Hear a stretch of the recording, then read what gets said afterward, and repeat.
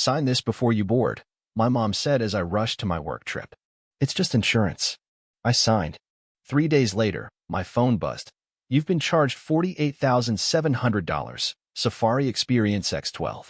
I opened Instagram, elephants, champagne, family toasts, then a voicemail from Dad. Well, technically it's your credit now. I texted back. Cool. Can't wait to not pay it. That same day, the card was frozen. Their booking was canceled. I filed for fraud. And that was just the first step. Sign this before you board, Mom said, sliding the paper across the kitchen island. Her voice was calm, too calm. It's just insurance. I was already running late for my flight, bag half-zipped, Uber waiting in the driveway, laptop charger dangling from my shoulder like a snake. The form looked like boilerplate, just a release of liability, or maybe medical power of attorney. She'd done this before, overly prepared, dramatic, just in case things. So I signed it without reading, scribbled my name at the bottom, kissed her cheek, and muttered something about calling her after I landed. 3 days later, I was in a hotel elevator in Seattle, halfway to a client dinner, when my phone buzzed. You've been charged $48,700, Safari Experience X12.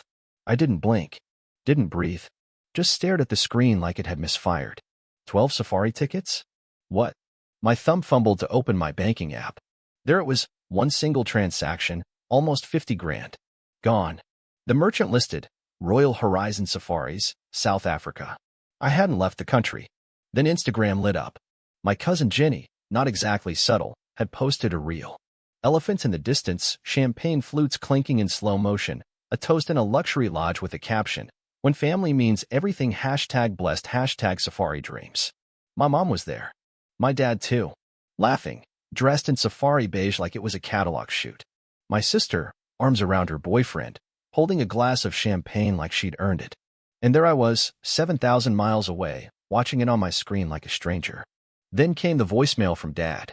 Well, technically it's your credit now. No apology. No explanation. Just that smug, low chuckle he always used when he thought he'd won. I didn't call. I didn't scream. I just texted back. Cool. Can't wait to not pay it. That same day, I called the bank. Explained everything. Fraud. Coercion. Unauthorized use. They froze the card within hours. The booking was canceled. The trip unraveled. And that was just the first step. I didn't expect an apology. I didn't even expect a reply. But what I got? Silence. No calls. No texts. Just the familiar digital quiet that always came after they took something and hoped I wouldn't notice until it was too late. It wasn't even about the money at first. That part would come later.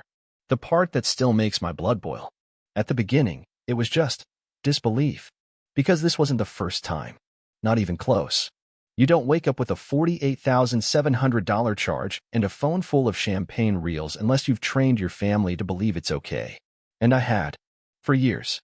It started with little things. Groceries. Last-minute flight changes. Just help us this month. You know how slow Dad's freelance work is. Emma lost her job again. Can you float her car payment? Every time it was just this once. Every time I believed them. Because I wanted to. Because I still thought I was the stable one. The one who didn't fall apart when the power got cut off, or the mortgage was overdue, or someone's dog needed surgery they couldn't afford. They called me dependable. They said I was the rock of the family. I thought it was love. It was just grooming. I checked the document I signed again, the one Mom had shoved into my hands before my trip. Buried in paragraph 4, in fine print barely visible without zooming in, was a clause. I authorized the use of this account for emergency family expenses, including travel and booking fees, up to the amount deemed reasonable by the undersigned's parents. Parents, not emergency contacts, not caretakers, owners. And somehow, I had given it to them. By the end of the week, I had more than just charges. I had receipts. I had screenshots. I had the group chat. It started as a mistake. My sister Emma forgot she still had me in the family banner thread on WhatsApp. I opened it one night before bed and felt my heart drop into my gut. Photo. Dad holding a champagne bottle mid-toast. Photo. Emma riding an elephant. Photo. Mom in designer sunglasses captioned, #bestlife. Then a message from Emma. Thanks again to our favorite little sponsor. He still thinks it was for Mom's birthday insurance. My name wasn't in it. But it didn't have to be. Then the comments followed. Cousin Mark. Classic. He'll probably cover the next one too. Uncle Richard. Tell him it was a data breach. He's too soft to press charges anyway. And then Dad. If he was smarter, he'd be here instead of in Seattle pretending to work. They weren't even hiding it. They didn't need to. Because I had taught them I wouldn't fight back. But they forgot something. I don't fight fair. I called my bank. Told them the form was signed under false pretenses. I emailed a lawyer I'd worked with once for a tenant dispute. She sent me a template, fraud affidavit, full reversal request, official cease and desist letter. The moment I clicked send, something inside me shifted. This wasn't just about canceling a safari. This was about taking back everything they thought was theirs. I posted a photo to Instagram. A single black screen. White text. Family doesn't mean free access. Not anymore. I got a DM within 5 minutes from my cousin Aaron. Are you okay? Did something happen? I didn't reply. Because the next part wasn't for the DMs. The day after the post, Dad called. I let it ring out. Then Mom sent a long, rambling voice note. Her voice was tired, dramatic. I don't understand what you're trying to prove. We're family. Families help each other. This is what love looks like. I laughed out loud in my kitchen. Because if this was love, I was done with it. But the part that still makes my skin crawl? They weren't done. At 2 a.m. that night, my phone buzzed again.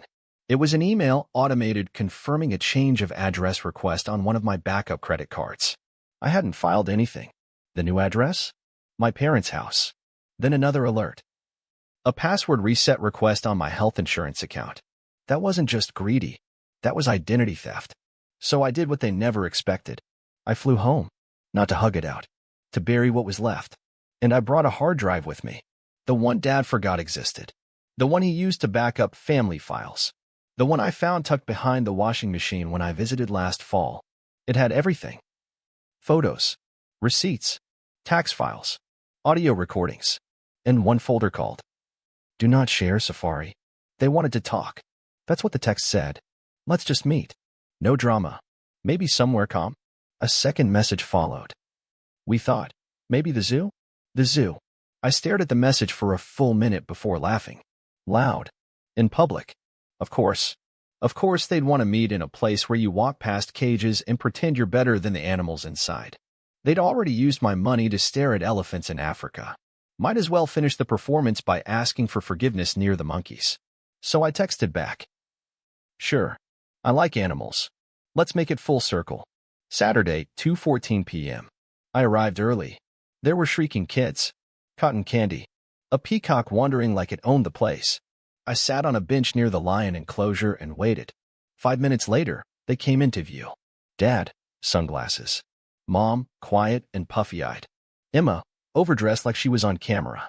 They sat down across from me like we were about to feed ducks. Thanks for coming, Mom said, like this was a family picnic. Couldn't miss the chance to see wild creatures in their natural habitat, I said, sipping my iced coffee. Dad jumped in first. We didn't mean for it to go this far. You know how family is. I pulled out my phone and tapped a few times. Do you remember this? I said, and played a voice memo. Emma's voice, crystal clear. He still thinks it was insurance. LOL. Can't believe he didn't even check the paper. I tapped again, a second clip. Dad's voice. Well, technically it's his credit now. Mom flinched. You've been recording us? She asked, shocked. Nope, I said. Just pulled the audio from Emma's Instagram stories before she deleted them. Rookie move. I reached into my backpack and pulled out a folder. Inside. Printed Safari booking confirmations. Screenshots of their chat. The forged insurance document Mom slid under my pen. A spreadsheet of every transaction. $48,700.24. I laid it all out across the bench like food for vultures. This is the bill. You've got 10 days. Then the lawyer takes it. Dad crossed his arms, voice rising. You're seriously doing this here? At the zoo? In front of strangers? Oh, I thought this place was fitting, I said, smiling tightly. You already went on safari once. I figured I'd let you see what a real predator looks like. Emma exploded. You're insane. You're acting like we murdered someone. It was money. Exactly, I cut in. My money. My name. My credit score. My liability. And you threw a champagne toast with it. You're blowing this out of proportion, Mom tried. I held up the contract she tricked me into signing. You forged a signature while I was running to catch a flight. You laughed about it. You posted elephants and emojis while I was eating dollar ramen in a hotel lobby. So no, I'm not blowing this out of proportion. I'm finally scaling it properly. Dad stood. You really want to go to war over this? Over some paperwork? No, I said, standing up too. I already fought my battle. You just didn't notice because I did it in silence.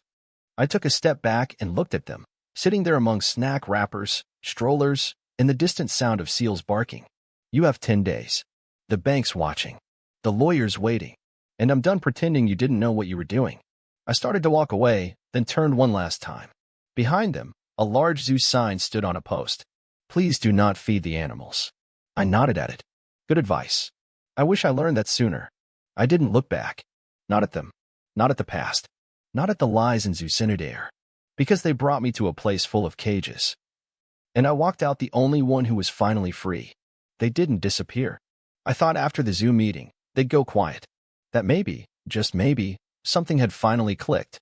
You don't rob someone's life and expect them to keep the lights on for you. But silence lasted exactly 48 hours. On the third day, they struck back. Photo. My mother holding a glass of wine, seated on the couch. Caption. Families make mistakes. But revenge isn't healing. Emma posted a black screen with white text. Betrayal always comes from those you love the most. Then my father, of course, a shaky selfie video in his truck. My son sold us out for money. Imagine, your own son pressing charges. Comments off.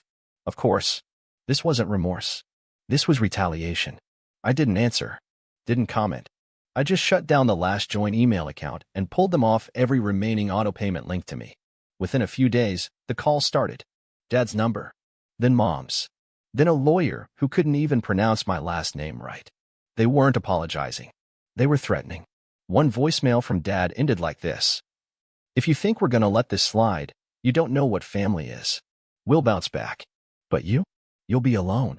And I laughed, not because it was funny, but because alone was exactly what I'd been working toward for years. But they didn't stop. One night, I got a DM from Uncle Ed. One of the quiet ones. The kind who says, I don't take sides while still eating off the table built on my back. He wrote, Can we talk? Just us. No drama. I agreed, not because I believed in him, but because I wanted to hear what they said when there was no audience. We met at a quiet coffee shop near my new office. He sat down, took off his cap, and said nothing for a long time. Then, I didn't know they went that far. I thought it was just another family mess. I could have stepped in, but I didn't. And I'm sorry. I looked at him, then said, slowly, Your silence wasn't neutral. It was complicity. You watched them drain me for years. When they finally crossed the line, you blinked and turned away. He nodded. Didn't argue. But then came the line I knew was coming. Just don't make this a war. You'll destroy the family. And I replied, calm as ever. The family was destroyed the day you watched me drown and called it balance. That night, I opened my laptop.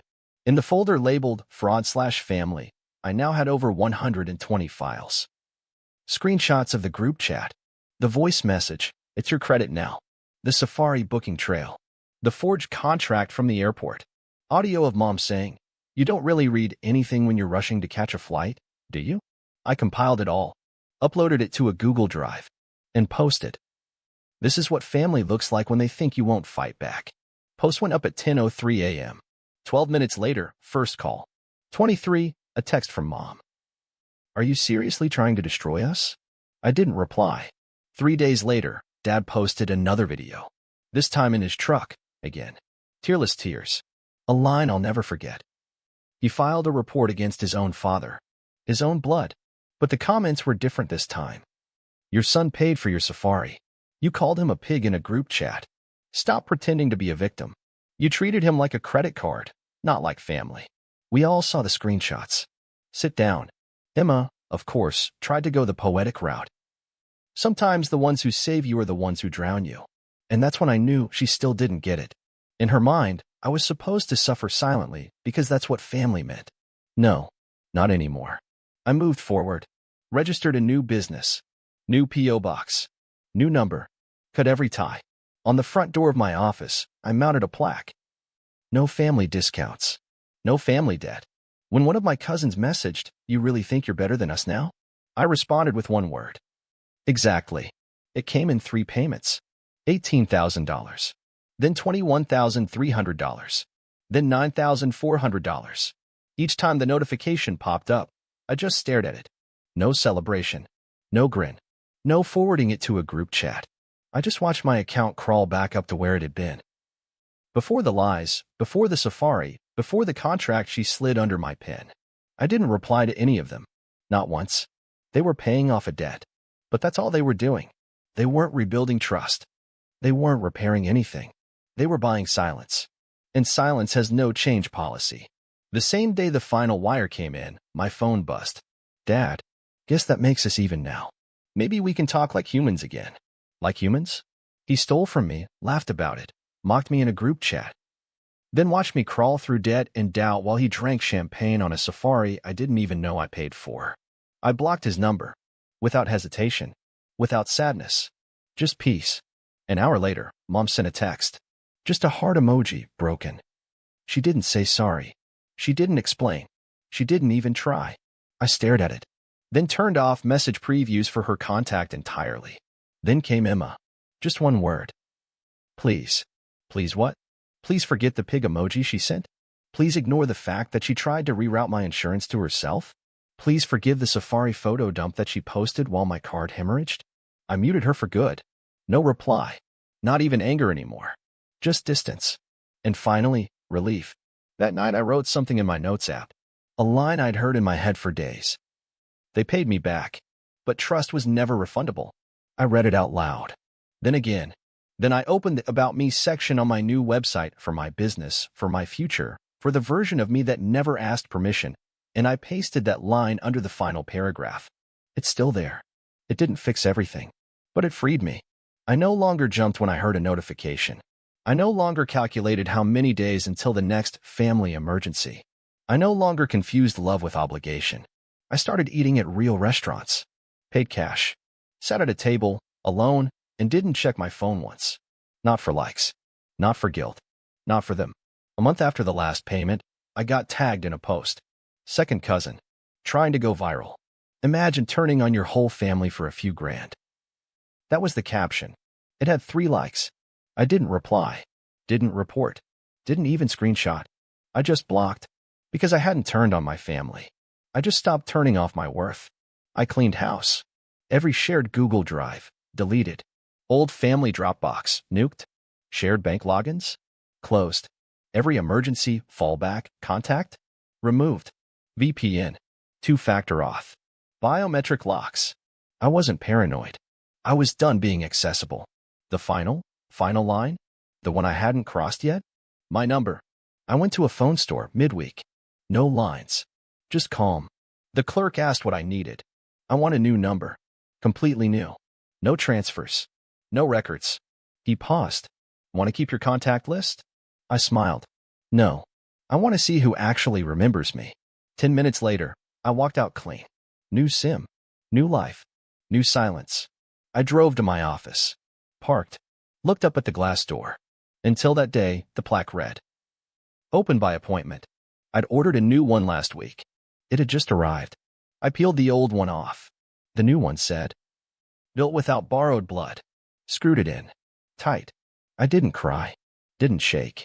Didn't call anyone to say, look what I did. Because there was no one left to call. And that wasn't sad. That was freedom. Some weeks later, I met someone new, not romantically. A potential collaborator for a project. We were having coffee. They asked, politely, so, do you come from a big family? I took a long sip. Set the cup down. Then said, I used to. Now I just come from myself. They nodded, no follow-up. And I knew I was finally in the right room. One more thing. The day I received the final wire transfer, the $9,400, I got a notification in my banking app. Comment from sender. We're sorry. Hope you can forgive us someday. I copied the message, pasted it into a note, then deleted it. Because if I'd ever needed proof that they didn't understand what they did, that message was it. They thought this was about money. It never was. It was about the theft of trust, the erasure of boundaries, the expectation that I'd bleed and smile and say thank you. They paid me back. I never came back.